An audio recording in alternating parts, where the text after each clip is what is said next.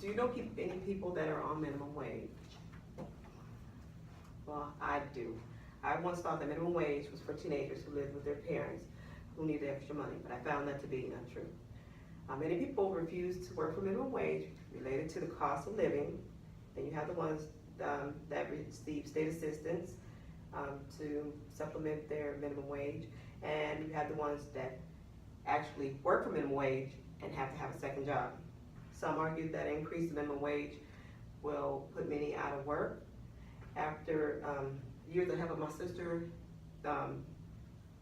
while she's going to school and got with her kids while trying to help her out, I realized that there should be a increase in the minimum wage here in Mississippi.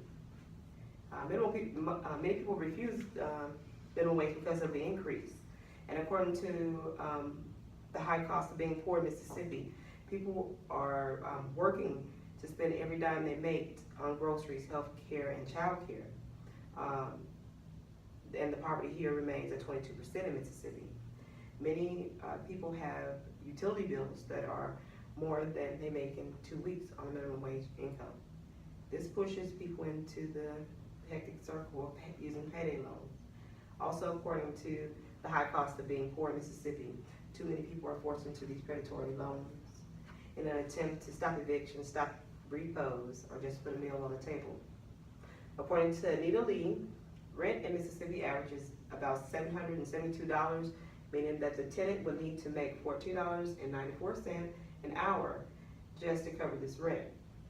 There was a misconception that blacks were the only ones that were affected by the minimum wage. Actually, there is 16.7% white, Latinos 36.9%, and blacks 47.4% affected by the minimum wage, the current minimum wage.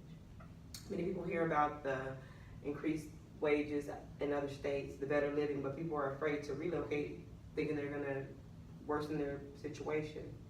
And other people are afraid to speak out about the current minimum wage because they feel that their words are unheard anyway. The people that collect supplemental income, welfare, SSI, they actually do have a job. They'll go get a job and work part-time because they're actually supplementing their income. And this actually has made, for some people, been where they're making more money than a person that actually just goes out and works 8 hours making minimum wage.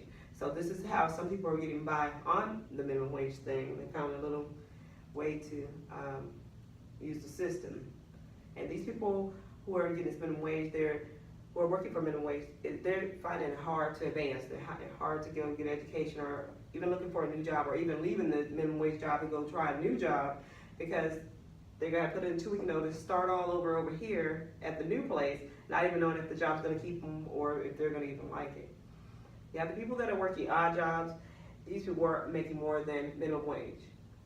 These are the people that are refusing to work for minimum wage, picking up cans, whatever it may be. They're still making more than some people that are who are working for minimum wage.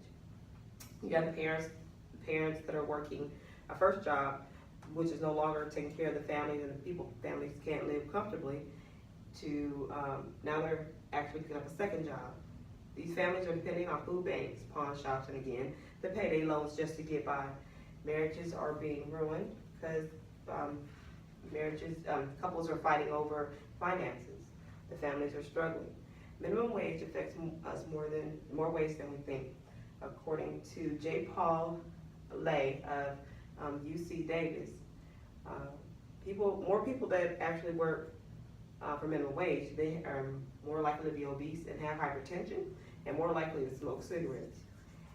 These people most of them have very little medical insurance, and very little. They might have the access to the medical services, but don't have money to get the medicine they need. The more minimum wage, like I said, the more minimum wage workers, they are now smoking. According to Ms. Kimbra McCarthy, if people were to go out and do their research and determine whether it is a good idea to prevent raising the minimum wage, they should go out and collaborate with regional cities and counties, develop a communication outreach strategy that'll give steps for the community to get together to try to promote raising the minimum wage. The use of social media, online tools to spread the word, and holding community meetings. In conclusion, some may argue that the increase will put many people out of work, but who's benefiting from the current wage anyway? Now that you have heard the effects of minimum wage, will you help Mississippi get a raise? Thank you.